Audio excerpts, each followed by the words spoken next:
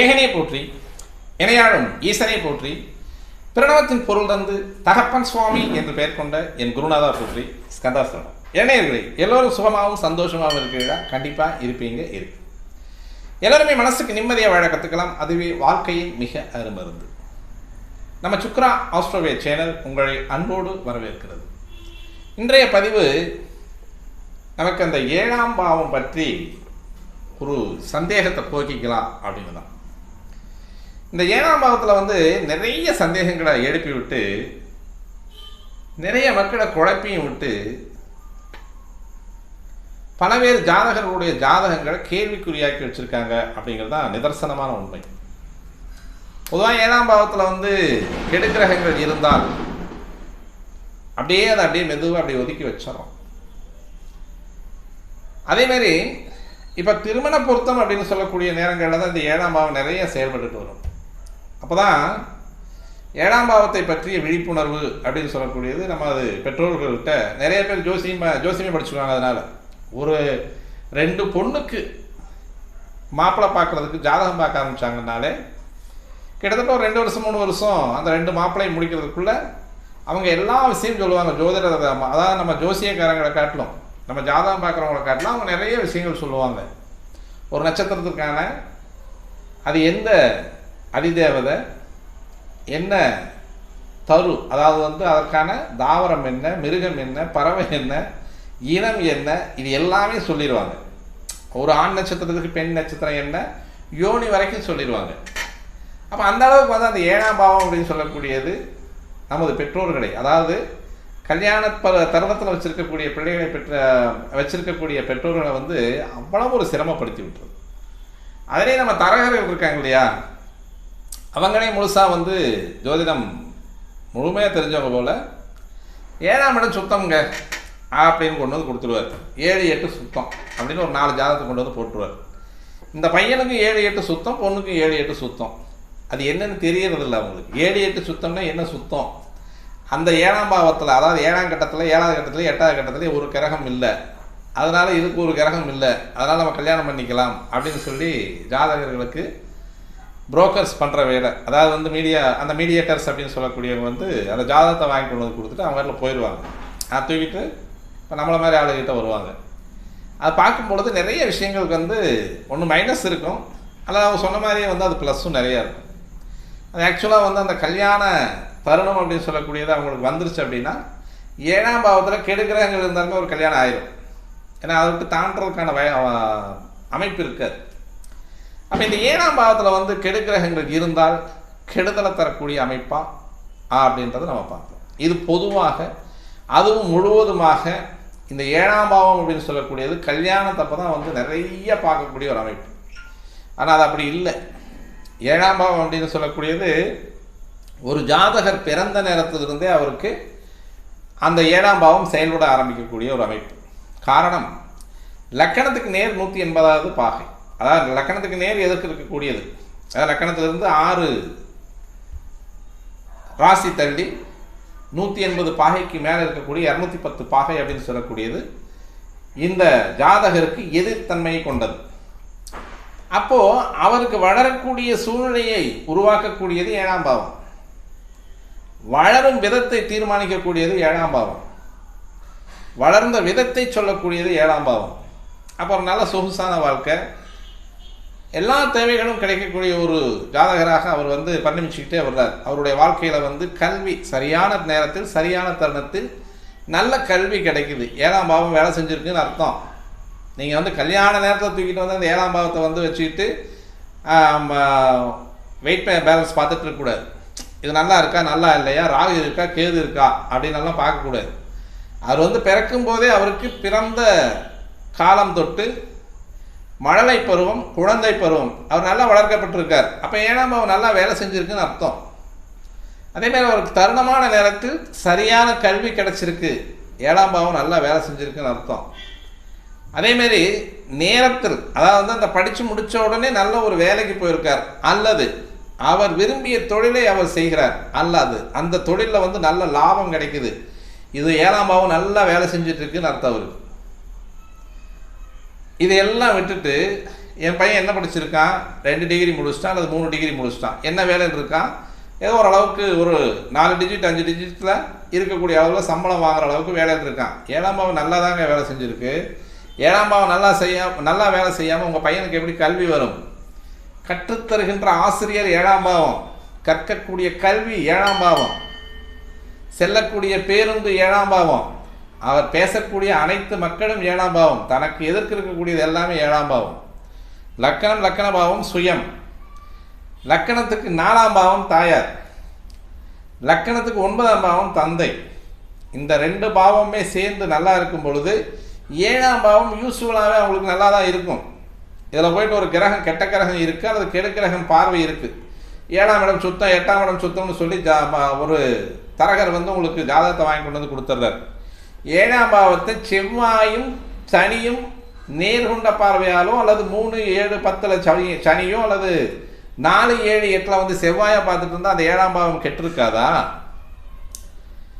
அப்போ ஜாதகருக்கு வந்து 27, 28, 29 அப்படிங்கிறது வந்து இப்போ நிதர்சனமாகவே காலதாமதமாகி திருமணமாகக்கூடிய காலகட்டம் அப்படின்றது உண்மை.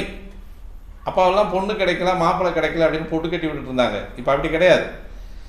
தன்னை உணர்ந்து, தன்னை அறிந்து, தனது திறமை அறிந்து, தனது திறன் அறிந்து அப்புறமா தான் நான் கல்யாணத்துக்குள்ளேயே வர்றேன்னு சொல்லி இந்த இடவட்டங்கள் அப்படின்னு சொல்லக்கூடிய ஜாதகர்கள் சொல்கிறாங்க.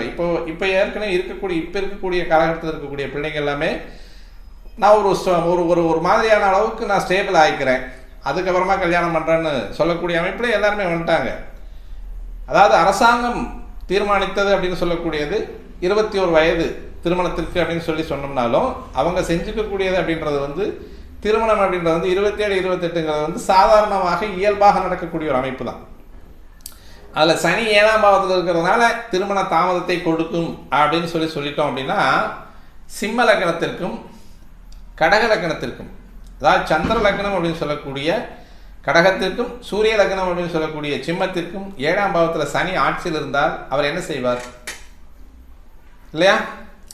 அந்த 7ஆம் பாவத்தில் இருக்கக்கூடிய சனியினுடைய அமைப்பு எந்த லக்னத்துக்கு சனி எங்கே இருக்கார் அப்படிங்கிறத பார்க்கணும். பொதுவாக 7ஆம் பாவத்தில் வந்து சுக்கிரன் இருந்தால் அது காரக கிரகம் அப்படின்னு சொல்லுவோம். அது எந்த லக்னமாக வேணாலும் இருக்கட்டும். 12 லக்னங்களுக்குள்ள எந்த லக்னத்துக்கு 7ஆம் இடத்துல வந்து சுக்கிரன் இருந்தால் காரக கிரகமாக கருதப்படுகிறது. அதாவது காரகோ பாவனாஸ்தி அப்படின்னு சொல்லக்கூடியது. 7ஆம் பாவத்திற்கு களத்திரம் அப்படின்னு சொல்லக்கூடிய களத்திர காரகன் அப்படின்னு சொல்லக்கூடிய சுக்கிரன் 7ஆம் பாவத்தில் இருந்தால் களத்திர தோஷத்தை கொடுப்பார் அல்லது காரகோ பாவனாஸ்தியை கொடுத்து ஒரு திருமணத்திற்கு 2 திருமணத்தை நடத்தி வைப்பார் அப்படின்றதெல்லாம் உண்டு. ஆனால் அது உண்மை அல்ல. அவ்வளவு அது எந்த இடத்துல இருக்கார், எப்படி இருக்கார், எந்த சூழ்நிலையில் இருக்கார் அப்படின்றத மட்டும் தான் நம்ம பார்த்து நம்ம தெளிவான முறையில் இருக்கணும். மேச லக்னத்துக்கு யார் கலஸ்திர ஸ்தானாதிபதி, விருச்சக லக்னத்துக்கு யார் கலஸ்திர ஸ்தானாதிபதி, சுக்கிரன். அப்போ கலஸ்திர ஸ்தானாதிபதி கலஸ்திர ஸ்தானத்தில் இருப்பது கலஸ்திர பாவகம் அப்படின்னு சொல்லக்கூடிய அமைப்பில் காரகோ பாவனாஸ்தியை கொடுத்தா விருச்சக லக்னத்துக்கு 7ஆம் இடத்ததிபதி அவன் தானே. அப்போ அது வந்து கலஸ்திர தோஷத்தை கொடுக்கறதுக்கு வாய்ப்பு கிடையாது. கண்டிப்பாக அவர் வந்து அது கல்யாணத்தை பண்ணி வைக்கக்கூடிய ஒரு கடமையில் இருக்கக்கூடிய ஒரு கிரகமாக இருக்கும். மேச லக்னத்துக்கு 7 கூடியவன் சுக்கிரன். அப்போ அந்த 7 கூடிய சுக்கிரன் 7ஆம் இடம் அப்படின்னு சொல்லக்கூடிய துலாத்திலே இருந்தாருனாலும் அவர் கல்யாணத்தை கண்டிப்பாக நடத்தி வைக்கணும். சார் வசதியான பொண்ணோ வசதி இல்லாத பொண்ணோ, படித்த பொண்ணோ படிக்காத பொண்ணோ, அழகான பொண்ணோ அழகில்லாத பொண்ணோ, பாவகாதிபதின்ற அந்தஸ்து எடுத்திருக்கக்கூடிய கிரகம் அந்த இடத்துல இருந்தாருன்னா அந்த வேலையை அவர் செஞ்சு தானே சார் ஆகணும். 20 வயசில் செஞ்சு கொடுக்கட்டும் அல்லது 25 வயசில் செஞ்சு கொடுக்கட்டும் அல்லது 30 வயசில் கூட செஞ்சு கொடுக்கட்டும். கண்டிப்பாக கல்யாணம்ன்றது ஒன்று ஆகுமா இல்லையா? அப்போ அதற்கான தசை அவங்களுக்கு நடக்குதா அப்படின்றத பார்க்கணும். அப்போது இந்த தசை அப்படின்னு சொல்லக்கூடியது எப்படி எடுக்கலாம் அப்படின்னா 2ஆம் பாவம் அப்படின்னு சொல்லக்கூடியது திருமணம் அப்படின்னு சொல்லக்கூடியது, குடும்பம் அப்படின்னு சொல்லக்கூடிய அமைப்பு. அந்த 2ஆம் பாவத்தை சொல்லக்கூடிய தனம், குடும்பம், கல்வி, இந்த 3ஐயும் சொல்லக்கூடியது. ஒருத்தருக்கு சின்ன வயசுலேயே அந்த 2ஆம் பாவாதிபதியுடைய தசை ஓடிடுது, முடிஞ்சு வச்சுன்னு வச்சுக்கோங்க. இல்லை 14 வயசில் செவ்வாய் 2ஆம் பாவாதிபதியாக இருந்து மீன லக்னமாக இருக்குது அல்லது துலா லக்னமாக இருக்குது, செவ்வாய் 2ஆம் அதிபதித்தை எடுக்கிறார். இவர் வந்து தசையை நடத்தி முடிச்சிடறார். 14லேருந்து அதாவது வந்து 14 வயசுலேருந்து 21 வயசுக்குள்ளே நடத்தி முடிச்சிடறார். பிரயோஜனமெல்லாம் போயிருமே. சரி 21லேருந்து 27, 28 வரைக்குமே நடத்துறாருன்னு வச்சுக்கோமே. அவர் மறைஞ்சிருந்தோ அல்லது வந்து நீச்சமாகிய தசை நடத்தினார்னா அந்த தசையினை வந்து அது வேலை செய்யாது. அப்போ இது மாதிரியான விஷயங்களை வந்து நம்ம கொஞ்சம் எல்லாமே ஆராய்ச்சி பண்ணி பார்த்து தான் 7ஆம் பாவத்தில் வந்து ராகு இருந்தால் தோஷமா அப்படின்னு எடுக்கணும். 7ஆம் இடத்துல ராகு இருந்தால் அப்போ 7ஆம் இடத்துல ராகு இருக்கக்கூடிய ஜாதகத்தையே நம்ம இதுக்கு சேர்த்தணும் அப்படின்னு கொண்டு வந்துடணும். அது ரிஜெக்ட் ஆகுது. அப்போ அந்த 7ஆம் பாவத்தில் ராகு இருக்கக்கூடிய ஜாதகர் வந்து வரணும், அந்த ஜாதகம் வரணும். அதுக்கப்புறம் வந்து அந்த தசைகள் வந்து சரியான பொருத்தமான தசைகளை நடக்கணும், அதில் தசா சந்தி இல்லாமல் போகணும். அதே மாதிரி அந்த நேரத்தில் வந்து 7ரை சனி வந்து பொண்ணுக்கோ மாப்பிள்ளைக்கோ இல்லாமல் இருக்கணும். இத்தனை கண்டிஷன்ஸ் என்ன பண்ணிங்கன்னா எப்போ நீங்கள் கல்யாணம் பண்ணுறது, எப்போ நீங்கள் வந்து உங்களுடைய பையனுக்கோ பொண்ணுக்கோ நடத்தி வைக்க முடியும். அதனால் இது ஒரு பார்ட்டு தான். அதாவது வந்து 7ஆம் இடத்துல கெடுகிரகங்கள் இருந்தால் அது அந்த திருமணத்தை நிறுத்தி வைக்கும் அல்லது தாமதப்படுத்தும் அப்படின்னு சொல்லக்கூடிய ஒரு அமைப்பில் இருக்கக்கூடியது. 100% நிறுத்தி வைக்காது, 100% தாமதப்படுத்தவும் படுத்தாது. சந்திராலக்கணம் அப்படின்னு சொல்லக்கூடிய கடகலக்கணத்திற்கு 7 சனி மகர ராசியில் வந்து ஆட்சியாகி இருக்கும் பொழுது தெளிவுள்ள பெண், அறிவார்ந்த பெண், எதையும் நிதானமாக யோசிக்கக்கூடிய பெண் இருக்கணும் அப்படின்னு சொல்லி பார்க்கணும். கடகலக்கணத்துக்கு 7 சனி இருக்குது. ஒரு பொண்ணோட ஜாதகத்தில் கடகலக்கண ஜாதகம் பொண்ணோட ஜாதகமாக இருந்து 7ஆம் இடத்துல சனி ஆட்சி பெற்று உட்கார்ந்துருக்கார் அப்படின்னா கண்டிப்பாக அந்த பெண்ணுக்கு வரக்கூடிய ஆண் மகன் அப்படின்னு சொல்லக்கூடிய மாப்பிள்ளை நல்ல அறிவு சார்ந்த ஒரு பையனாக இருப்பான். பழமையை மிக விரும்பக்கூடியவனாக, நேர்த்தியான புத்தியை கொண்டவனாக இருப்பான். இதான் நம்ம எடுக்கணும். 7ஆம் பாவத்தில் சனி இருந்தால் என்ன வரும் சார்? இது வந்து 7ஆம் பாவத்தில் இருக்கக்கூடிய கடக லக்கணத்துக்கோ சிம்ம லக்கணத்துக்கோ வச்சு நம்ம பார்த்துருவோம். சார் நான் என்னுடைய லக்கணம் வந்து மகர லக்கணமாக இருக்குது, மகர லக்கணத்துக்கு 7ல் போயிட்டு இந்த மகர லக்னாதிபதி அப்படின்னு சொல்லக்கூடிய சனி போய் உட்காந்துடுறாரு சார், எனக்கு எப்படி சார் வரும் வாழ்க்கை துணை அப்படின்னு பார்த்தோம் அப்படின்னா கண்டிப்பாக இந்த சனியினோட அமைப்பு பாசிட்டிவாக எடுத்து படாங்க. எப்போவுமே சனி வந்து காலதாமத கிரகம், நேரம் கடந்து செயல்படுபவன், நேரமின்மையை கொள்பவன், சோம்பேறித்தனம் உள்ளவன் அப்படின்றதான் நம்மளுடைய மக்களுடைய பார்வை. கண்டிப்பாக அது கிடையாது. நேரத்தை சரியாக வந்து அறுதிட்டு சொல்லக்கூடியவன் சனி. இந்த நேரத்துக்கு இந்த நேரத்தில் நீ செய்த கர்மாவுக்கு நான் தண்டனை கொடுக்குறேன்னு சொல்லக்கூடியவன் எப்படி காலதாமத்தை உருவாக்குவான்? அதனுடைய சுற்றுலா வந்து அது 30 வருஷம் சுற்றுது அப்படின்றது மட்டும்தான் காலதாமதம். மெதுவாக சுற்றக்கூடியது, தொலைதூரத்தில் இருக்கக்கூடியது, இதுதான் மைனஸ் அங்கே. அப்போ நமக்கு வர வேண்டிய ஒரு அமைப்பு அப்படின்னு சொல்லக்கூடியது ஒரு நாளில் வர்றது 1.25 நாளில் வரலாம், வராமல் போகாது. ஆனால் வரும்பொழுது அது நேர்த்தியாக வரும், அதுக்கு மேலே அதில் சிரமமே இருக்காது. அப்போ மகர லக்னத்துக்கு 7 சனியோ, அதே மாதிரி வந்து செவ்வாய் லக்னம் அப்படின்னு சொல்லக்கூடிய மேச விருச்சக லக்னத்துக்கு 7 சனியோ இருந்தாலும் இதுதான். மேச லக்னத்துக்கு 7 சனி உச்சம், இங்கே அவர் நீச்சம் மேச லக்னத்தில். அப்போ உச்சம் அப்படின்னு சொல்லக்கூடிய சனி அந்த இடத்துல இருக்கும் பொழுது இவருக்கு கிடைக்கக்கூடிய பொண்ணோ பையனோ எப்படி இருப்பாங்க அப்படின்னு பார்த்தோம் அப்படின்னா மிக நேர்த்தியான ஒரு கணவன் அல்லது மனைவி வாய்ப்பதற்கு ஒரு அமைப்பு உண்டு. இதில் ஒரு சின்ன மைனஸ் உண்டு. என்ன மைனஸ் அப்படின்னா சனி பழமை கிரகம் அப்படின்னு சொல்லக்கூடிய ஒரு அந்தஸ்தை பெறக்கூடியவர். அதே மாதிரி வயோதிகம், அதாவது பழமை அப்படின்னு சொல்லக்கூடியது ஆண்டாண்டு காலமானு சொல்கிறோம் இல்லையா? அப்போ அந்த ஆண்டாண்டு காலமாக அப்படின்னு சொல்லக்கூடியது என்ன சொல்லிடுவோம் அப்படின்னா வயசான பொண்ணை பாருங்கள், 3 வயசு மூத்த பொண்ணை கட்டி வைங்க, ஒன்றும் பிரச்சனை இல்லை அப்படின்னு சொல்லி டக்குன்னு உடனே சொல்லிடுவோம். ஏன்னா நமக்கு தெரிஞ்ச ஜோதிட அறிவு அவ்வளோதானே. 7ஆம் பாவத்தில் சனி இருக்குதியா, என்ன வரலாம், லேட்டாக கல்யாணம் ஆகும். எப்போ ஆகும்? ஒரு 36 வயசுல ஆகுமா? ஆகிட்டு போகுது. 30 வயசுல ஆகுமா? ஆகிட்டு போகுது. 27 வயசுலேயே கல்யாணம் ஆயிடுது. 7ஆம் பாவத்தில் சனி இருக்கிறவங்களுக்கு 20, 22, 27 ஆயிடுது. ஆம்பளை பசங்களுக்கு. பொம்பளை பொண்ணுங்களுக்கு என்ன பண்ணுது? 22, 23 கல்யாணம் ஆயிடுது. ஆனால் நம்ம எடுக்கக்கூடிய ஜாதகத்தில் இருக்கக்கூடிய அமைப்பு எப்படி இருக்கும் அப்படின்னா 7ஆம் பாவத்தில் சனி இருக்கக்கூடிய ஜாதகருக்கு எடுக்கக்கூடிய ஜாதகம் லக்கணத்தில் நல்ல சுபகிரகங்களாக இருக்காங்களா அப்படின்றத நம்ம பார்க்கணும். யாருக்கு? 7ல் சனி இருக்கக்கூடிய ஜாதகருக்கு அவங்களுக்கு எதிர்வரக்கூடிய ஜாதகம், அவங்களுக்கு இணை சேரக்கூடிய அந்த ஜாதகத்திற்கு லக்கணத்தில் சுபகிரகங்கள் இருக்காங்களான்னு பார்க்கணும். லக்கணத்தை சுபகிரகங்கள் பார்க்குறாங்களான்னு பார்க்கணும். அப்போது ஒரு ஒழுக்கமானவனையும் ஒரு தெளிவானவனையும் இந்த 7ஆம் பாவத்தில் சனி இருக்கிறவங்களுக்கு வந்து இணைச்சி வச்சுட்டோம் அப்படின்னா அவங்க வாழ்க்கை வந்து அருமையான திறமையான வாழ்க்கையாக இருக்கும். பொதுவாக 7ஆம் இடத்தில் சனி இருக்கக்கூடிய அமைப்பு அப்படின்றது தான் பழமைவாதி அப்படின்றது அர்த்தம். லேட்டாக கல்யாணம் ஆகும், வயசு மூத்தவங்களை கல்யாணம் பண்ணணும், அல்லது வந்து ஒரு 4 வயசு 5 வயசுக்கு முன்னால், அல்லது வந்து இதில் ஒரு முறை மாற்றியெல்லாம் கல்யாணம் பண்ணி வைப்பாங்க. அடுத்த மதம், அடுத்த மொழி இதெல்லாம் வந்து சேர்த்து செஞ்சு வைப்பாங்க. அதெல்லாம் தேவையில்லை. 7ஆம் இடத்துல சனி இருக்கு.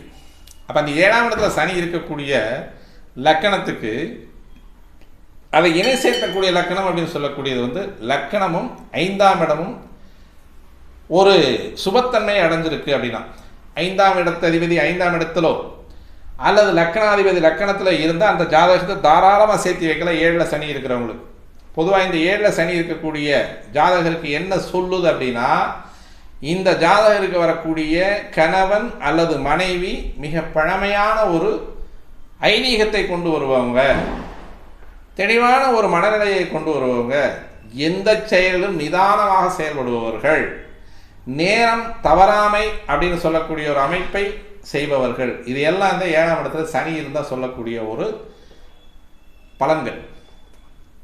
அடுத்து 7ஆம் இடத்துல ராகு இருக்கு.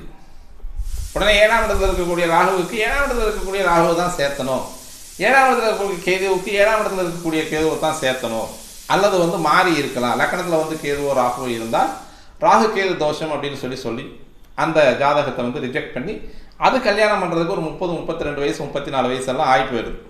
இப்போ அந்த பெண் குழந்தைகளுக்கே வந்து 32, 33 வயசு வரைக்கும்லாம் தள்ளிடுறாங்க. அதுக்கு காரணம் 7ல் இருக்கக்கூடிய ராகுவோ கேதுவோ அல்லங்க, அவங்களுக்கான தசாக்கள் வந்து சரியாக அமையாமல் இருக்கக்கூடிய அமைப்பு. இப்போது சாதாரணமாக வந்து 16 வயசில் ஒருத்தருக்கு வந்து குரு தசை வருது. இதற்கு முந்தைய தசை ராகு தசை ஒரு சதயம் திருவாதிரை சுவாதியில் பிறந்துடுறாங்க.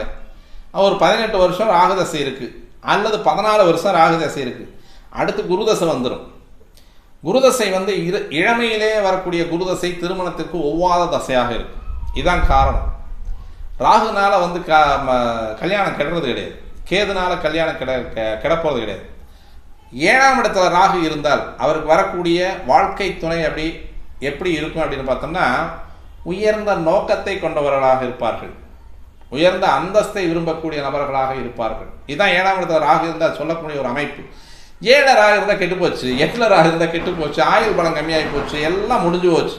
இல்லவே இல்லை. ராகுவனுடைய ஆகமங்கள், அதாவது ராகுவனுடைய ஆகச்சிறந்த செயல்களை நம்ம எடுக்கணும். என்னென்ன செயல்கள் அப்படின்னா, எதையுமே விட்டு கொடுத்து போகக்கூடிய ஒரு அமைப்பை கொண்டது அந்த 7ஆம் பாவத்தில் இருக்கக்கூடிய ராகு. ஜாதகருக்கும் சரி, ஜாதகருக்கு வரக்கூடிய அந்த வாழ்க்கை துணைக்கும் சரி, எதையும் விட்டு கொடுத்து போகும், எதையும் அனுசரித்து போகும், எதையும் தாராளமாக தூக்கி கொடுத்துரும் எல்லாத்துக்குமே. அந்த ராகு அப்படின்னு சொல்லக்கூடியது பரோபகாரி அப்படின்னு சொல்லக்கூடிய ஒரு அமைப்பை கொண்டவன் ராகு. அதனால் எல்லாத்தையுமே கொடுத்து பார்க்குறவன். அதனால் வந்து அந்த 7ஆம் இடத்துல இருக்கக்கூடிய ராகுவுக்கு வரக்கூடிய ஜாதகர், அதாவது வாழ்க்கை துணை அப்படின்னு சொல்லக்கூடியது வந்த உடனே எல்லாம் தான தர்மங்கள் நிறையா பண்ணுற மாதிரி இருக்கும், அல்லது எல்லாத்துக்குமே வந்து கேட்ட உடனே எடுத்து கையில் கொடுத்துரும். இப்போ என்ன ஆகும் அப்படின்னா, இந்த 7ஆம் இடத்துல ராகு இருக்கக்கூடிய ஜாதகர் என்ன சொல்லுவாங்கன்னா, எல்லாத்துக்கும் இப்படி வாரி கொடுத்தீங்கன்னா உன் வாழ்க்கைக்கு என்ன பண்ணுறது, அல்லது உன்னுடைய குடும்பத்துக்கு என்ன நீ பண்ண போகிற அப்படின்ற மாதிரியான இதில் வந்து அந்த சண்டைகள் வரும். புரிஞ்சுக்கிட்டால் வேறு ஒன்றுமே கிடையாது. அப்போ 7ஆம் பாவத்தில் ராகு இருக்கிறவங்க வந்து பரோபகாரியாக இருக்கக்கூடியவர்கள், அவங்களுக்கு வந்து வாழ்க்கை துணையாக வாய்ப்பாங்க. எதை எடுத்தாலுமே பெருசாக கொஞ்சம் யோசிப்பாங்க. இவங்க வந்து ஒரு 4 ரூமில் வந்து ஒரு வீடு கட்டலாம் அப்படின்னா ஒரு 7 ரூமுக்கு வந்து பட்ஜெட் போட்டுட்டு இருப்பார். அவ்வளோதான், அதில் வேறு ஒன்றுமே கிடையாது. அதேமாதிரி வந்து இவங்க ஒரு சின்ன கடையில் போயிட்டு ஒரு வியாபாரம் பண்ணலாம்னா கொஞ்சம் பெரிய கடையில் பார்த்து வியாபாரம் பண்ணலாம் அப்படின்னு சொல்லுவாங்க. அதேமாதிரி அவர் வந்து 10 ரூபாய்க்கு அந்த பொருளை சொல்கிறார் அப்படின்னா அந்த 10 ரூபாய்க்கு கொடுத்துட்டு வந்துடுவார். ஆனால் இவங்க என்ன பண்ணுவாங்கன்னா 9 ரூபாய்க்கு கேட்டிருந்தா என்ன, 8 ரூபாய்க்கு கேட்டிருந்தா என்ன அப்படின்ற மாதிரியான ஒரு விஷயங்களுக்கெல்லாம் இவங்க வருவாங்க. அப்போது 7ஆம் பாவத்தில் ராகு இருக்கக்கூடியவங்களுக்கு வந்து இது மாதிரி வரக்கூடிய வாழ்க்கை துணை கொஞ்சம் தயான குணம் உள்ளவனாக இருப்பான். போனால் போது விடு அப்படின்ற மாதிரியான ஒரு அமைப்பை கொண்டவர்கள் தான் அவங்களுக்கு வருவாங்க. இதுதான் வந்து அந்த 7ஆம் பாவத்தில் வந்து ராகு இருக்கக்கூடிய அமைப்புக்கு வரக்கூடிய கணவனோ மனைவி இருப்பாங்களே ஒழிய, மற்றபடி ராகு தோஷம் அப்படின்றது வந்து 7ஆம் இடத்துல இருந்து உடனே போயிட்டு காலகஸ்தி போய் உன்னுடைய கர்மாபுரம் கழிச்சிட்டு வா அப்படின்லாம் சொல்லி விடுறதுக்கு அது ஆகாது. வாழ்க்கையில் வாழ்க்கை முறையில் பரிகாரத்துவம் என்ன இருக்குது அப்படின்றத தான் நம்ம கொடுக்கணுமே ஒழிய, நிறைய பேர் பரிகாரங்கள் சொல்கிறாங்க. ஒருத்தர் வந்து பவகரணத்துக்கு ஒருத்தர் பரிகாரம் சொன்னார்.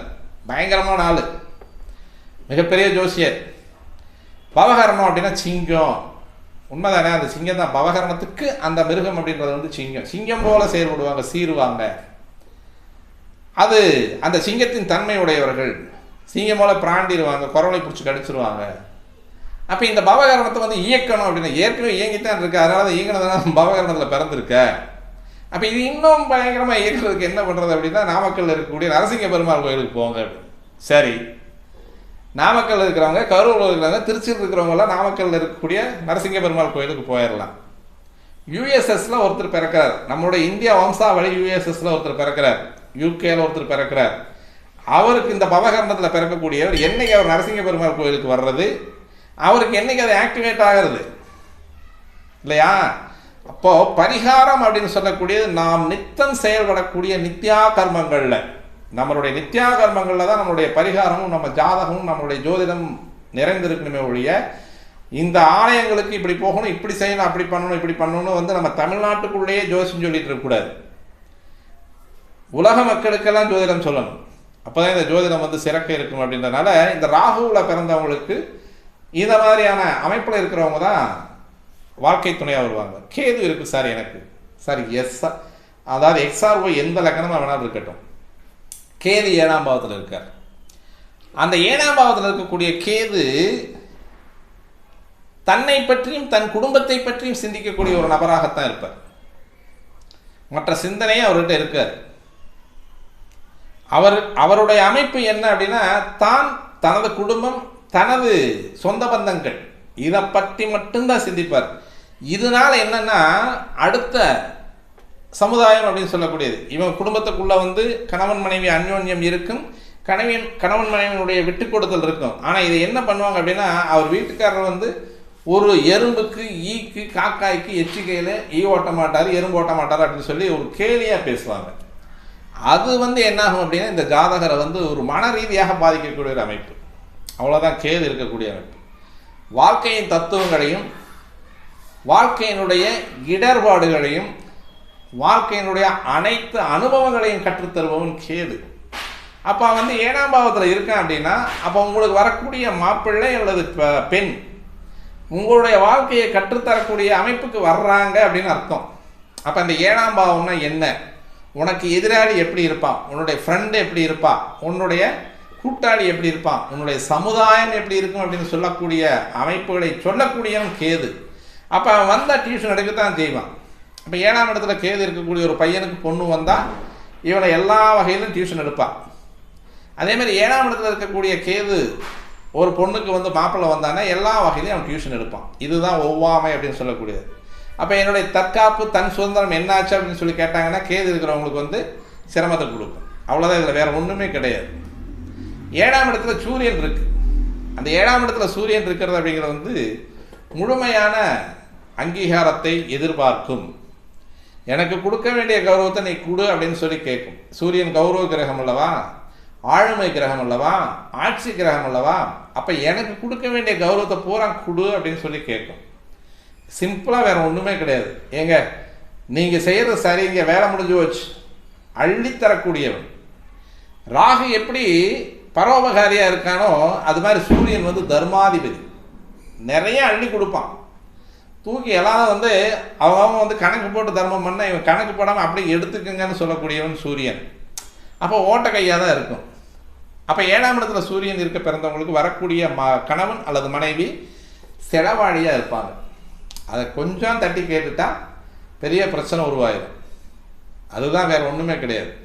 இதை நம்ம வந்து கொஞ்சம் புரிஞ்சு நடந்துக்கிட்டோம்னாலே போதுமானது. நம்ம வீட்டுக்காரர் யாராவது கேட்டால் நல்ல வேலை அன்றவார கழட்டி கொடுக்காம வர்றாரு அப்படின்ற மாதிரியான ஒரு அமைப்புக்கு மட்டும் கொஞ்சம் தட்டி கொடுத்தாலும் போதுங்க. இன்றைக்கு இவ்வளவு கொடுத்தது போதும், நாளைக்கு மீதியை கொடுத்துக்கலாம்னு சொல்லி பாருங்கள். உங்களுடைய வாழ்க்கை மிக உன்னதமான வாழ்க்கையாக இருக்கும். ஏன்னா சூரியன் கர்ணனுக்கு தகப்பேன், கர்ணன் வாரி வழங்கியவன். அப்போ சூரியனுடைய குணம் அப்படின்றது வந்து ஆட்சித்தன்மைக்குரிய கிரகம், யாருக்கும் கொடுத்து பழகணும் அப்படின்னு சொல்லக்கூடிய ஒரு அமைப்பை கொண்ட குணம். அப்போ உங்களுக்கு வரக்கூடிய மாப்பிள்ளையே பொண்ணு அப்படி தான் இருப்பான், வேறு வழியே கிடையாது. அதனால் நீங்கள் வந்து அதை அட்ஜஸ்ட் பண்ணி போயிட்டு இருக்கிறது நன்மையை தரக்கூடிய ஒரு அமைப்பாக இருக்கும். சந்திரன் இது உண்மையிலேயே வந்து கொஞ்சம் சிரமமான விஷயந்தான். 7ஆம் பாவத்தில் வந்து செவ்வாய் இருக்கிறத கூட நம்ம ஏற்றுக்கலாம், சூரியன் இருக்கிறத கூட ஏற்றுக்கலாம், ராகுக்கு எதுக்கு இருந்தால் கூட ஏற்றுக்கலாம். சரி போனால் போயிட்டு போகுது அப்படின்னு. சந்திரன் மட்டும் இருந்தான்னு வச்சுக்கோங்களேன், அந்த குடும்பம் வந்து கொஞ்சம் சிரமத்தை சந்திக்கக்கூடிய ஒரு அமைப்பாக இருக்கும். பெண் ஜாதகத்திலோ அல்லது ஆண் ஜாதகத்திலோ 7ஆம் இடத்துல சந்திரன் இருக்கிறவங்களுக்கு அந்த 2ஆம் பாவம் அப்படின்னு சொல்லக்கூடிய அமைப்பு ஸ்ட்ராங்காக இருந்தால், 2ஆம் பாவாதிபதி ஸ்ட்ராங்காக இருந்தால் இரண்டாம் பாவாதிபதியை சுபகிரகங்கள் பார்த்திருந்தால் மட்டுமே 7ஆம் பாவத்தில் சந்திரன் இருக்கிறவங்களுக்கு குடும்ப வாழ்க்கை சிறக்கும். அப்படி இல்லை அப்படின்னா என்றைக்கா இருந்தாலும் அது பஞ்சாயத்தை உருவாக்கக்கூடியது தான். அவங்களுக்கு 7.5 சனி வர வேணுங்கிற அவசியம் இல்லை, அஷ்டம சனி வர வேணுங்கிற அவசியமே இல்லை. 7ல் சந்திரன் இருந்தாலே போதுமானது. ஏன்னா அறிவாளி, எதையும் பகுத்து ஆராயக்கூடிய தன்மை உடையவன், நான் அப்படின்னு சொல்லக்கூடிய மனதை இயக்கக்கூடியவன். அப்போ மனதை இயக்கக்கூடியவன் அப்படின்றது சுயமரியாதை அதிகமாக எதிர்பார்ப்பான். அப்போ சுயமரியாதை அதிகமாக எதிர்பார்க்கிறவங்ககிட்ட வந்து நம்ம போயிட்டு அவனை அடக்குமுறைக்கு கொண்டு வந்தோம்னு வச்சுக்கோங்களேன், அவ்வளவுதான். இப்போ சுபகிரகம் சூரியன் வந்து சந்திரனுக்கு 6லேயோ அல்லது 8லேயோ இருக்கார், மறைஞ்சிடுறார், அல்லது 7ஆம் பாவத்திலே இருக்கார். அப்போ 7ஆம் பாவத்தில் சந்திரன் இருக்கும்போது லக்கணத்தில் சூரியன் இருப்பார். முழுமையான வளர்பறை சந்திரனாக இருக்கும்பொழுது சுபகிரகம். தேய்பிரை சந்திரனாக இருந்தால் இன்னும் பஞ்சாயத்து அதிகம், 7 ஜாஸ்தி. அப்போ 7ஆம் பாவத்தில் சந்திரன் இருக்கக்கூடியவங்களுக்கு வந்து திருமணம் அப்படின்னு சொல்லக்கூடியது 2ஆம் பாவாதிபதி, 2ஆம் பாவத்தினுடைய அமைப்பு, 2ஆம் பாவத்தை கெடுகிரகங்கள் பார்க்காமல் இருக்கக்கூடிய அமைப்பு, 2ஆம் பாவாதிபதி கெடுகிரகங்கள் பார்க்காமல் இருக்கும் பொழுது மட்டுமே சந்திரன் 7ல் இருக்கும் பொழுது சுபத்தன்மையை அடைவார். அப்படி இல்லைன்னா வயசு, அதாவது தாம்பத்திய வாழ்க்கையில் 30-35 வருஷத்துக்கு கணதுக்கு முன்னாடி கூட பிரச்சனை வரும். 70 வயசில் 72 வயசில் கணவன் மனைவிக்கு குடும்ப விவகாரத்தில் எனக்கு விவாகரத்தை வாங்கி கொடுங்க அப்படின்னு சொல்லியெல்லாம் வந்து நிற்பாங்க. அப்போ என்ன ஆகும் அப்படின்னா, நான் வந்து குழந்தைகளோட நான் போகிறேன்னு அம்மா பிறட்டுருவாங்க, பசங்களோட நான் போகிறேன்னு அப்பா பிறட்டுருவார். 7ல் சந்திரன் இருக்கிறவனுக்கு சந்திரன் தசை வந்தால் மூப்பு காலத்திலே அந்த வேலையை செய்வார். அதேமாதிரி செவ்வாய் இருக்கார், மங்களக்காரகன். பொண்ணு வந்ததுக்கு பின்னால் தான் அவனுக்கு சொத்தே வரும், பையன் வந்ததுக்கு பின்னால் தான் உனக்கு வேலையே வரும். இதில் 7ல் இருக்கக்கூடிய செவ்வாய் வந்து நிறைய ஒரு கணக்குகளுக்கு பின்னால் தான் 7ல் செவ்வாய் வந்து தோஷமாக இல்லையாங்கிறத பார்க்கணும். அது நிறைய புரோட்டோக்கால் இருக்குது. 7ல் செவ்வாய் இருக்குது உடனே தோஷம்னு சொல்லி நீங்கள் எத்தனை ஜாதகத்தை கழிக்கிறீங்களோ அத்தனை ஜாதகங்களும் வந்து உங்களுக்கு உறுதுணையான ஜாதகங்களாக இருக்கும், தங்கமான ஜாதகமாக இருக்கும். 7ல் செவ்வாய் இருக்குங்கிறது அந்த செவ்வாய் வந்து தங்கமான செவ்வாயாக இருப்பான், அள்ளி கொடுக்கக்கூடிய செவ்வாய் இருப்பான். அப்படியே சக்குன்னு ரிஜெக்ட் பண்ணிட்டு போயிட்டே இருப்பீங்க. பொதுவாகவே பிறக்கக்கூடிய காலத்தில் கடகத்திலேயோ சிம்மத்திலேயோ செவ்வாய் இருந்தால் தோஷமே வராது. குரு வீட்டில் செவ்வாய் இருந்தால் தோஷம் இல்லை. சனி வீட்டில் இருக்கக்கூடிய செவ்வாய் வந்து உச்சமாக இருக்கக்கூடிய செவ்வாய் தோஷம் வராது. மேச விருச்சிக வீட்டில் இருக்கக்கூடிய செவ்வாய் 7, 4, 12, 8 எதுவுமே தோஷத்தை கொடுக்காது. நீங்களா தோஷம்னு வச்சுக்கிறீங்க. ஒரு பொண்ணுக்கு 7ல் செவ்வாய் இருந்து அந்த 7ல் செவ்வாய் இருக்கக்கூடிய ஜாதகரவே கல்யாணம் பண்ணாமல் இருக்கக்கூடிய ஒரு அமைப்பில், அல்லது வேறு ஏதோ ஒரு இடத்துல 4லேயோ 12லேயோ இல்லை லக்கணத்திலேயோ இல்லை வேறு ஏதோ ஒரு இடத்துல செவ்வாய் மறைஞ்சு கூட இருந்தாலும் கல்யாணம் பண்ணணும்னாலும் அவருடைய 2ஆம் பாவாதிபதி, இன்னொரு விஷயம் வந்து செவ்வாய் தசையே வரலைனாலும் பரவாயில்ல, அள்ளி கொடுக்கக்கூடிய செவ்வாய். ஒரு பொண்ணுக்கு செவ்வாய் இருந்து கல்யாணம் பண்ணதுக்கு பின்னால் தான் அந்த பொண்ணுடைய வாழ்க்கை தகப்பனாருடைய வாழ்க்கை, அதாவது தகப்பனாருடைய வீட்டில் இருக்கக்கூடிய வாழ்க்கையை காட்டிலும் கணவனுடைய அமைப்பு அப்படின்னு சொல்லக்கூடிய அமைப்பில் கல்யாணத்துக்கு பின்னால் வாழ்க்கை வந்து தெளிவாக நல்ல உயரிய வாழ்க்கையை கொடுப்பார் செவ்வாய். ஒரு மாப்பிள்ளைக்கு வந்து 7ல் செவ்வாய் இருந்து திருமணம் நடக்குது அப்படின்னா ஒரு பொண்ணு வந்ததுக்கு மேலே சொத்து சேருதுன்னு அர்த்தம். நிறைய சொத்து வாங்கிட்டே இருப்பான். 7ல் செவ்வாய் இருக்கும், பொண்ணுக்கு 5ல் செவ்வாய் இருக்கும், ஆனால் வந்ததுக்கு பின்னால் சொத்து நிறைய சேர்ந்துக்கிட்டு இருக்கும். அப்போ இந்த 7ல் செவ்வாய் இருக்கக்கூடிய அமைப்பு அப்படின்னு சொல்லக்கூடியது மிக கடுமையான பாதிப்பை தருமான நிறைய புரோட்டோக்கால் இருக்குது, அதில் நிறைய விதிவிலக்குகள் இருக்குது. பிறக்கும்போதே குரு வீட்லேயோ செவ்வாய் வீட்லேயோ சந்திரன் வீட்லேயோ சூரியன் வீட்லேயோ செவ்வாய் இருந்தால் கண்டிப்பாக அது கெடுதலை தராது அப்படின்றது வந்து பொதுவான ஒரு அடிப்படை. இதில் ஒரே ஒரு விஷயம் வந்து கன்னி ராசியில் இருக்கக்கூடிய செவ்வாய்க்கு மட்டும் கொஞ்சம் கடுமையை தரும் அப்படின்னு சொல்லுவாங்க. கன்னி செவ்வாய் கடலும் வற்றும் அப்படின்னு சொல்லுவாங்க. அது வந்து மீன லக்கணத்துக்கு 7ல் இருக்கக்கூடிய செவ்வாய், அல்லது வந்து மிதுன லக்கணத்துக்கு 4ல் இருக்கக்கூடிய செவ்வாய், சிங்க லக்கணத்துக்கு 2ல் இருக்கக்கூடிய செவ்வாய், அதே மாதிரி துலா லக்கணத்துக்கு வந்து 12ல் இருக்கக்கூடிய செவ்வாய். இது வந்து கொஞ்சம் கடுமையை தரக்கூடிய செவ்வாயாக இருக்குன்னு சொல்லுவாங்க. ஆனாலும் அந்த செவ்வாய், இந்த செவ்வாய்க்கு சூரியன் எந்த இடத்துல இருக்கார் அப்படிங்கிறத பார்த்து அந்த செவ்வாயினுடைய அமைப்பை தாராளமாக 7ஆம் இடமாகவோ 4ஆம் இடமாகவோ 2ஆம் இடமாகவோ 12ஆம் இடமாகவோ எடுத்துக்கலாம் கன்னி செவ்வாய். அது போக அடுத்தது வந்து புதன். நம்ம சந்திரனுக்கு என்ன சொன்னோமோ அதுதான் புதனுக்கும். சந்திரன் வந்து தன்னிலை அறிவில் அதிகமாக நிறைய எடுத்து தன்னுடைய தற்சார்பை வந்து நிறைய எடுத்து பார்ப்பார். என்னுடைய வெயிட் என்ன அப்படின்னு எடுத்து பார்க்குற ஒரு சந்திரன். என் வெயிட்டு எவ்வளவு நிர்ணயம் பண்ணியாகணும்னு சொல்கிறவர் புதன். பொதுவாகவே சந்திரன் புதன் காம்போங்கிறது வந்து கொஞ்சம் கடுமையை தரக்கூடியது. சார் சந்திரன் கேது காம்போவை கூட ஏற்றுக்கலாம், சந்திரன் புதன் காம்போவை ஏற்றுக்கவே முடியாது. அப்போ இந்த சந்திரன் தனித்து இருந்த சந்திரன் வந்து பாவியாக இருக்கக்கூடாது. அதேமாதிரி தனித்த புதன் அப்படின்னு சொல்லக்கூடியவன் ஒரு ஜாதகத்துக்கு வந்ததுக்கு பின்னால் அந்த ஜாதகருக்கு வரக்கூடிய மனைவி அல்லது கணவன் அப்படின்னு சொல்லக்கூடியவன் வந்து புள்ளி விவர கணக்கில் இருப்பான், அவ்வளோதான், வேற ஒன்றும் கிடையாது. எதை செஞ்சாலும் எழுதி வச்சு கணக்கு போட்டு பட்ஜெட் போட்டு வேலை செய்கிறவன். அப்போ இவங்க வந்து தாராளமாக இருக்கும். ஒரு விஷயமா வச்சுக்கலாமே, சிம்ம லக்னமாக இருக்குது, 5ஆம் இடம் வந்து குருவனுடைய வீடு, தனுசு வீடு, தாராளவாதியாக இருப்பான். ஏன்னா சிம்ம லக்னம், அவன் அளந்து கொடுக்குறவனா இருக்க மாட்டேன், அள்ளி கொடுக்குறவனா இருப்பான். 5ஆம் இடம் குருவாச்சே, கல்வியை அளந்து கல்வியை வந்து அளந்து கொடுக்கக்கூடிய குரு எவனும் கிடையாது, அறிவை அளந்து கொடுக்கக்கூடிய குருவும் எவனும் கிடையாது. ஆனால் இந்த 7ஆம் பாவத்தில் வந்து புதன் இருந்தால், இப்படி இருக்கக்கூடிய அமைப்புக்கு வந்து 7ஆம் பாவத்தில் புதன் இருந்தால் என்ன வேணால் அவன் அளந்து கொடுப்பான். ஒவ்வொரு வீட்டில் நீங்கள் பார்த்தீங்க அப்படின்னா சமையலுக்கே வந்து கரெக்டாக அரிசி பருப்பு எடுத்து கொடுக்குற ஆள்லாம் இருக்கான். இவ்வளோ தான் இன்றைக்கி சமையல், இவ்வளோ தான் இன்றைக்கி வந்து அரிசி பருப்பு, இவ்வளோ தான், இதுக்கு மேலே எச்சா போட்டு வேஸ்ட் பண்ணக்கூடாது. இவ்வளோ ஒரு நுண்ணியமான கணக்கு போடக்கூடிய வந்து 7ஆம் வீட்டில் புதன் இருக்கிறவங்களுக்கு வரக்கூடிய வாழ்க்கை துறை. சார் அது உங்களுக்கு சொல்லலை, உங்களுக்கு 7ஆம் பாவத்தில் என்ன இருக்குது, எந்த கிரகம் இருக்குது, அதனுடைய தன்மையை பொறுத்து உங்களுக்கு வந்து கணவனோ அல்லது மனைவியோ வாய்ப்பாங்க அப்படின்றத உண்மை. அப்போ வரக்கூடிய கணவன் அல்லது மனைவி மிக துல்லியமாக கணக்கு போட்டு வேலை செய்யக்கூடிய ஒரு அமைப்பாக இருக்குது. அப்போ என்ன ஆகும் அப்படின்னா கொஞ்சம் பிரச்சனை கொடுக்கக்கூடிய ஒரு அமைப்பாக தான் இருக்குது. அதாவது வந்து இன்றைக்கி வந்து கொஞ்சம் காரசாரமாக சுருக்குன்னு குழம்பு வச்சு சாப்பிட்லாம் அப்படின்னு மனைவி நினைக்கும் போது, இல்லை காரம் வந்து இவ்வளோதான் இருக்கணும், இதுக்கு மேலே இருந்தால் ப்ரெஷர் அதிகமாகிக்கும், மென்டல் டிப்ரெஷன் ஆகும், அல்லது வந்து மூளையை பாதிக்கும் அப்படின்னு சொல்லி அதுக்கெல்லாம் ஒரு விரிவான மருத்துவ வழக்கு கொடுத்துட்டு இருப்பாங்க.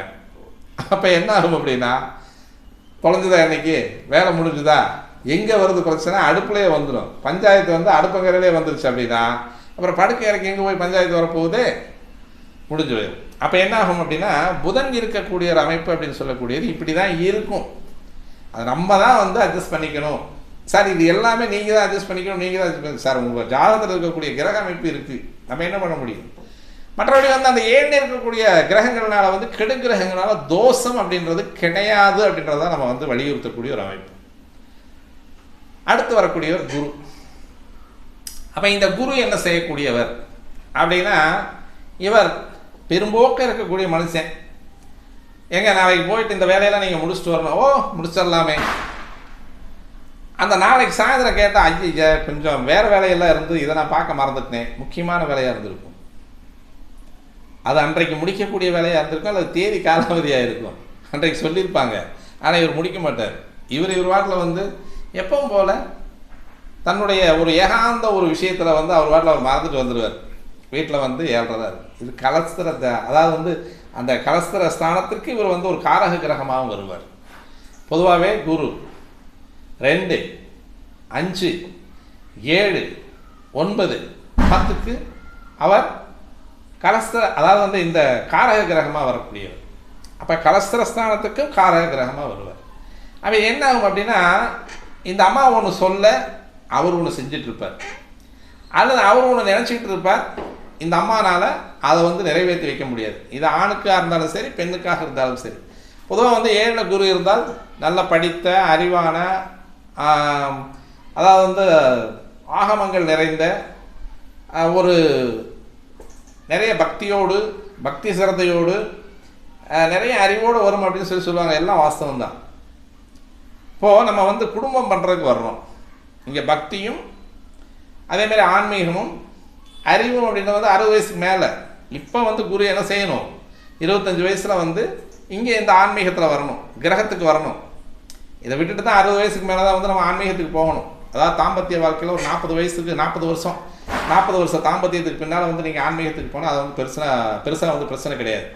வந்த உடனே ஆன்மீகத்துக்கு போயிட்டு 4 நாள் விரதம் இருந்து அவன் வாரத்தில் 4 நாள் விரதம் இருந்துட்டாங்கன்னா இது எப்படி தாம்பத்தியம் வந்து சிறக்கும். அப்போ இந்த குரு அப்படின்னு சொல்லக்கூடிய பக்தி கிரகம், அறிவு கிரகம் அப்படின்னு சொல்லக்கூடியது என்ன பண்ணும் அப்படின்னா நிறைய விஷயங்களை சொல்லும். எப்படி சொல்லும் அப்படின்னா அந்த கோயில் அப்படி, இந்த கோயில் இப்படி, இந்த சாமி இப்படி, இந்த சாமியினுடைய வரலாறு அப்படி, அந்த சாமியினுடைய வரலாறு அப்படி, இந்த மாதிரியான நிறைய விஷயங்களை சொல்லிகிட்டே இருக்கும்.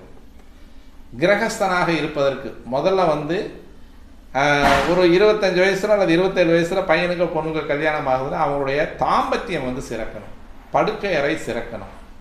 படுக்கை அறையில் போயிட்டு பக்தி பரவசத்தில் இருந்தாங்கன்னு வச்சுக்கோமே, அது வந்து சிக்கலை உருவாக்கக்கூடிய ஒரு அமைப்பு. அப்போ சுபகிரகங்கள் அப்படின்னு சொல்லக்கூடிய அமைப்பில் குரு இருந்தாலும் கொஞ்சம் உற்று பார்க்கக்கூடிய ஒரு அமைப்பு அப்படின்னு சொல்லக்கூடிய அமைப்பில் தான் நம்ம அந்த கிரகங்களை எல்லாம் பார்த்துக்கணும். அப்போது அறிவு சார்ந்த மணமகள், அழகான மருமகள், பதிவிரதை அப்படின்னு சொல்லுவோம். அந்த பதிவிரதை எல்லாம் வந்து 7 குரு இருக்கிறவங்களுக்கு வந்து வரக்கூடிய 7ஆம் பாவாதிபதி அப்படின்னு சொல்லக்கூடிய கணவன் அல்லது மனைவி வரக்கூடியவங்க. அந்த உடனே பட்டையை போட்டு சாமி மாலையை போட்டுக்கிட்டு ஐயப்ப மலை ஏறுறேன், அடுத்த இறக்கி வச்சு போட்டு பழனி மலை ஏறுறேன், அடுத்த இறக்கி வச்சு போட்டு வாஷிங்டனில் ஏதோ ஒரு கோயில் இருக்குது நான் அதுக்கு போகிறேன் அப்படின்னு இப்படியே சாமியாராகி மாலையை போட்டு அலைஞ்சான்னு வச்சுக்கோமே, தாம்பத்தியம் சிறக்காது. அப்போ 7 பதிவிரதையாக இருந்தாலும் பதியாக இருக்க முடியாது, விரதமாக தான் இருக்கணும். அதனால் அந்த 7 குரு இருக்கிறவங்களுக்கு இதுதான் வாழ்க்கை. அது மாதிரியான ஒரு அமைப்பில் இருந்ததுன்னா கொஞ்சம் நம்ம வந்து அதற்கு தகுந்த அடுத்த பாவகங்கள் எப்படி இருக்குது அப்படிங்கிறத நம்ம பார்த்து தான் அவங்களுக்கு வந்து கோர்த்து வைக்கணும். 7 சுக்கிரன், அழகு, அறிவு, தன்னை போல் அழகு யார் இருக்கக்கூடாது அப்படின்னு நினைக்கும். ஏதோ பகட்டு தானே, அது தெளிவாக எடுத்துக்கூடியது. ஒவ்வொரு மயிர் நுனியுமே வந்து தெளிவாக வச்சுருக்கோம்.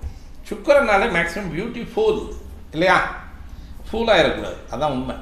அழகுத்தன்மை மிகுந்தவள், அழகுத்தன்மை மிகுந்தவள், தன்னை பிறரிடத்தில் இருந்து வேறுபடுத்தி காட்டிக்கொள்வன். 10 பொண்ணுகள் இருப்பாங்க. இந்த சுக்கிரன் 7ஆம் இடத்துல இருக்கக்கூடியவங்களுக்கு வரக்கூடிய பொண்ணு எப்படி இருப்பாங்கன்னா அந்த 10 பேர்த்திலிருந்து டிஃப்ரென்ஷியலாக தெரியும். அடுத்தவங்ககிட்ட இருந்து நம்மளை வந்து வித்தியாசப்படுத்தி காமிக்கக்கூடிய ஒரு அமைப்பு அப்படின்னு சொல்லக்கூடிய சுக்கிரனுடைய தனித்தன்மை. அப்போ உங்களுக்கு வரக்கூடிய மாப்பிள்ளையே பொண்ணை என்ன பண்ணுவான், 7ஆம் பாவத்தில் வந்து சுக்கிரன் ஒருத்தனுக்கு இருக்குது அப்படின்னா அது கலஸ்தஸ்தான அதிபதி கலஸ்தர தோஷத்தை தரக்கூடியவனாக இருந்தாலும் 7 சுக்கிரன் இருக்கிறவங்களுக்கு வரக்கூடிய பொண்ணு அப்படின்றது அடுத்தவன் பார்த்து பொறாமப்படக்கூடிய பொண்ணாக வருவான். அதுதான் பிரச்சனை. அதுதான் காரவோபாவனாஸ்தி. எப்போவுமே எல்லா இடத்துலையுமே முதல் பாதம் வரை, இந்த முதல் அப்படின்னு சொல்லக்கூடிய நெற்றி முதல் பாதம் வரை அழகை அந்த அளவுக்கு வந்து அவங்க நேசிக்கக்கூடியவங்க. தன்னை அடுத்தவங்ககிட்ட இருந்து வித்தியாசப்படுத்தி மிகைப்படுத்தக்கூடியவர்கள் அழகில் எப்போவுமே சின்னதாக அழுக்கு விழுந்துடக்கூடாதுன்னு யோசிக்கக்கூடியவங்க, செய்யக்கூடிய அனைத்தும் நேர்த்தியாக இருக்கணும்னு யோசிக்கிறவங்க. இது எல்லாமே ட்ரெஸ் சென்ஸ்லையும் உடம்புலையும் தனது அழகுலையும் அதிகப்படியான நேரத்தை செலவிடக்கூடிய பெண்கள் அல்லது ஆண்கள். பெர்ஃப்யூம்லாம் வெளியே வர மாட்டான், வெள்ளை கலரில் ட்ரெஸ்ஸு அதிகமாக விரும்பி போடுவாங்க, பெண்களாக இருந்தாலும் சரி ஆண்களாக இருந்தாலும் சரி. அப்போ இது மாதிரியான விஷயங்கள் இருக்கிறவங்க தான் உங்களுக்கு வந்து வாழ்க்கை துணையாக அமையப்படுவாங்க. அப்போது ஒரு சந்தேகம் இருக்கக்கூடியவனுக்கு, உதாரணமாக இப்போது ஒரு தனுசு லக்னம் வச்சுக்கோமே, தனுசு லக்னத்துக்கு 5ல் சனி நீச்சமாயிறார். 2 குடையவன் அப்படின்னு சொல்லக்கூடிய சனி 5ல் நீச்சமாயிறார். தனுசு லக்னத்துக்கு 5 புத்தியாதிபதி அப்படின்னு சொல்லக்கூடிய செவ்வாய், அவர் எங்கேயாவது ஒன்று தனுசு லக்னத்திலேயோ அல்லது சிம்ம லக்னத்திலேயே இருந்தார். இவன் சந்தேக பேர் வழியாக இருப்பான். இவனுக்கு 7ல் வந்து சுக்கிரன் இருக்கக்கூடிய மனைவி வந்து வாச்சிட்டா, அப்போ தனித்துவமாக தெரியக்கூடிய பொண்ணு வந்து இவன் சந்தேகப்பட ஆரம்பிச்சிருவான். நம்ம பொண்டாட்டி இப்படி இருப்பாளோ அல்லது அப்படி இருப்பாளோ, அவங்க கூட பேசுகிறேன், என்ன பேசுகிறேன், இவங்க கூட பேசுகிறேன், பெத்த தகப்பன் கூட பேசுனா கூட சந்தேகப்படுவான், கூட பிறந்த அண்ணன் தம்பிகளோட பேசுனா கூட சந்தேகப்படுவான். இதுதான் வந்து அங்கே கெடுக்கக்கூடிய ஒரு விஷயம். அப்போது 7ல் சுக்கிரன் இருக்கிறது பெரிய விஷயம் கிடையாது, அந்த லக்கணம் என்ன புரியுதா, அதுதான் முக்கியம். அப்போ அந்த லக்னம் வந்து நல்ல லக்னமாக இருக்கணும். அந்த லக்னாதிபதி கெடாமலும் 7ஆம் இடத்ததிபதி கெடாமலும் 2ஆம் இடத்ததிபதி கெடாமலும் அவங்களுக்கு சுப கிரகங்களுடைய பார்வை. சார் குரு பார்த்து கோடி நன்மை வருதுன்றாங்க. இல்லை